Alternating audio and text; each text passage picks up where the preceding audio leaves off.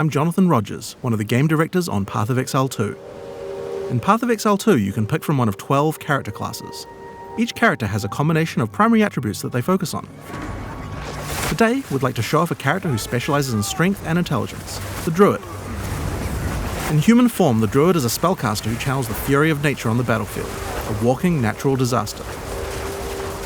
But get up close and you'll find out why the Druid also focuses on strength. You can transform yourself into one of several wild beasts. Today, we want to show off the bear form. Transformation in PoE 2 happens automatically when you use a bear attack.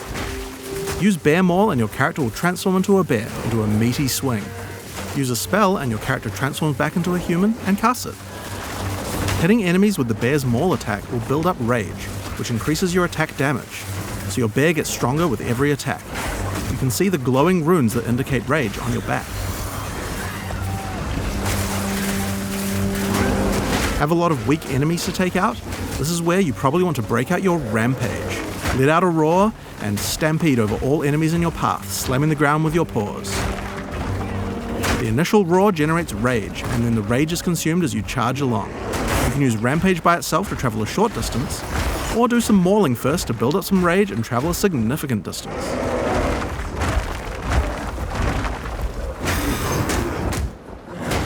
Now, while the bear is big and strong, this isn't a pure strength class. You don't have as much armor as a warrior would have. In order to protect itself from larger packs, you might want to consider a skill like Furious Slam. This skill is all about stunning rather than damage, so it's quite useful if you're mobbed by smaller monsters and just need to get out of there. Of course, like any PoE 2 character, you can always use a dodge roll to get out of danger, since the bear is the slowest of the Druid's forms. Making sure the dodge feels reliable and can get you out of any situation is paramount. When you dodge in animal form, your character instantly transforms back with no time penalty, so that you can get out of the way. You can even interrupt a mistimed transformation halfway through. Of course, doing this will mean you pay the slight time cost of having to transform back again, but it's certainly a lot better than dying. Something interesting about the skill is that it's faster to use if you're already standing up. If you're on all fours when you use Furious Slam, then the bear has to stand up first before slamming back down. But use Maul first and the bear will stand up as you swing, which has no time penalty. Then follow up with Furious Slam and your bear will quickly slam down. Much more efficient.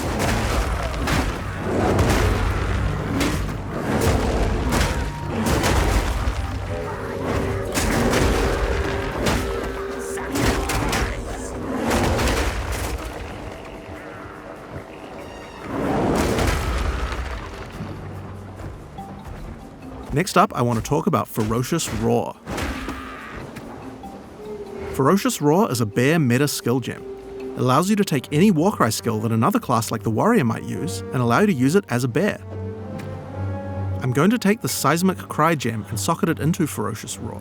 You can actually socket more than one Warcry and use them all together, but let's just stick to one for now. Seismic Cry pushes enemies back and has some stun chance, but the reason we want to use it is for a mechanic called Exerted Attacks. If there are any heavily stunned enemies in range of the Warcry, then your next slam skill will be powered to do double the number of slams. First, I use Furious Slam to stun these enemies. Next, I follow up with Seismic Cry and get the Exerted Attack, and then I slam again. See how 2 slams triggered?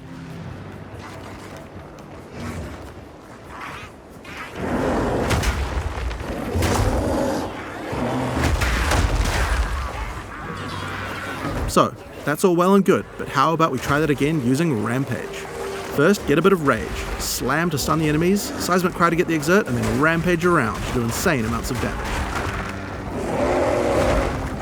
So we've covered some of the bear side of the Druid, but how is he as a spellcaster? Now of course we want to maximize the amount of time you spend in your animal forms, so most of the spells targeted at the Druid tend to be things that last a long time or provide tactical options on the battlefield. The first and probably simplest of these is Lightning Storm. Cast it on the ground and you get an area where monsters are continuously struck by bolts of lightning. The bolts don't do much damage, but they shock monsters, which is a debuff that increases all damage on them, meaning it's a great spell to use before going in as a bear. So, that's going to increase your damage, but as I mentioned before, the bear form of the Druid could use some defenses as well. The bear in particular is the slowest attacking of the Druid's forms. He hits hard, but if he gets swarmed too much, it will result in your death. That's why Tornado is so useful. Circle walls! Tornado sucks monsters in, allowing you to split up packs and deal with groups separately, or pin monsters in place and set up combos with your other skills. The Tornado doesn't really move big monsters much, so you can actually use it to separate a boss from its minions too. The Druid also has the ability to summon animal companions. This is another really useful defense because wolves can take aggro from you, keeping monsters away. In addition, the wolves howl as they are summoned, putting a temporary debuff on enemies that makes them more vulnerable to critical strikes, and giving you a reason to resummon them in combat.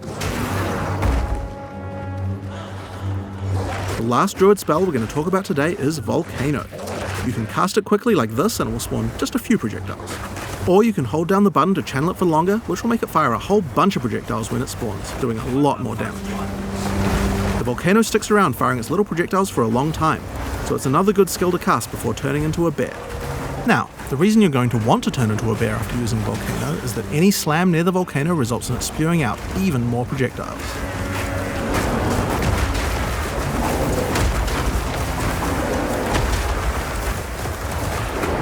And if you thought that was a lot, then Rampage is even better, because it does 2 slams every time it hits the ground, and you can run around the volcano.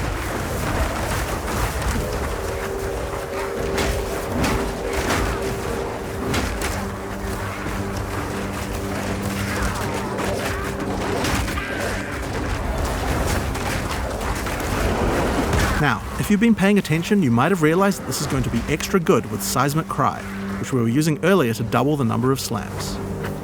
So, first we're going to cast Volcano. Then Furious Slam till you stun something, Seismic Cry to get the double slams, then Rampage around while the Volcano spews out a stupid number of projectiles. This combo would have been even better if we'd remembered to cast our Lightning Storm first, but getting time for that seems tricky. It would also have been nice if the monsters were affected by the crit debuff that my wolves do when I first summon them. This is where some meta gems to automate some elements can come in handy. Here's a gem called Cast While Channeling. If we add Lightning Storm to this skill, we can cast it automatically while we channel a Volcano as we set up our combo. Cast While Channeling is an ongoing effect, so enabling the skill will cost us Spirit, which is a new resource in PoE 2 used specifically for these kinds of skills. If you look at the top left of the screen as we channel, we can see the energy building up to cast the Lightning Storm. So long as we channel Volcano for long enough, the Lightning Storm will also be cast on the same targeted location. Currently, Cast While Channeling is active in reserving Spirit in both our human and bear forms. This means that any channeling skills we use as a bear technically will also cast the Lightning Storm. We can actually do this with Rampage right now, but it's not the best because we would prefer to stack the Lightning Storm on top of our Volcano, rather than just casting it randomly as we're rampaging around. We're also unnecessarily reserving Spirit in our bear form we could be using for something else, so let's fix that. I'm going to go into the skill options for the skill and disable it in my bear form. We showed at Exile Con how you could use skill options to control which weapon set to use when casting skills, but you can also use the same interface to enable or disable which buffs you would like to have active in your different weapon sets too, without having to recast them all the time, and shapeshifting counts as a weapon set. Now when I change to a bear, the effect and the spirit reservation goes away, and when I change back to a human again, it's back automatically.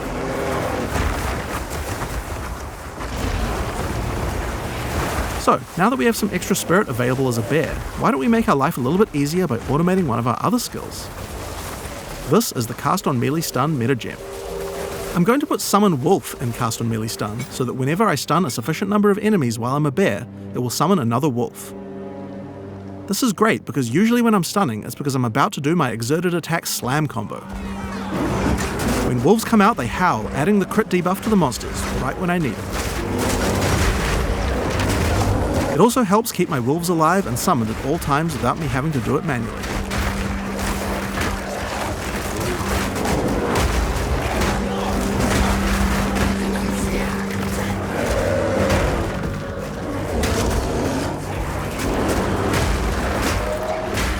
So, last but not least, let's talk about the skill tree. At ExileCon we showed how you could dual spec your character so that different weapons can use different passives.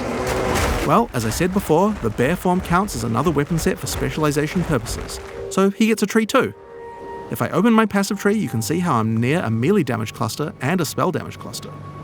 By holding shift, I can allocate these passives in my human form,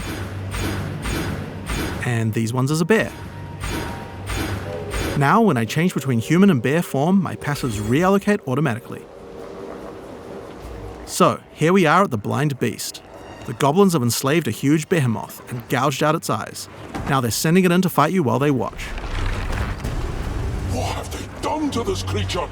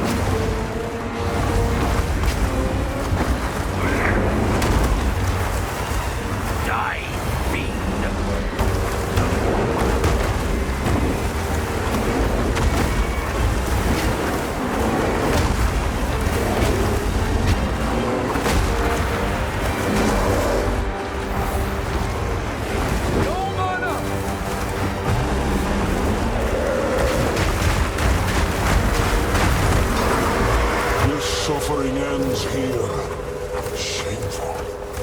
And there we have it. With a little bit of customization, we have a build that can combine many different active skills to do some really interesting effects.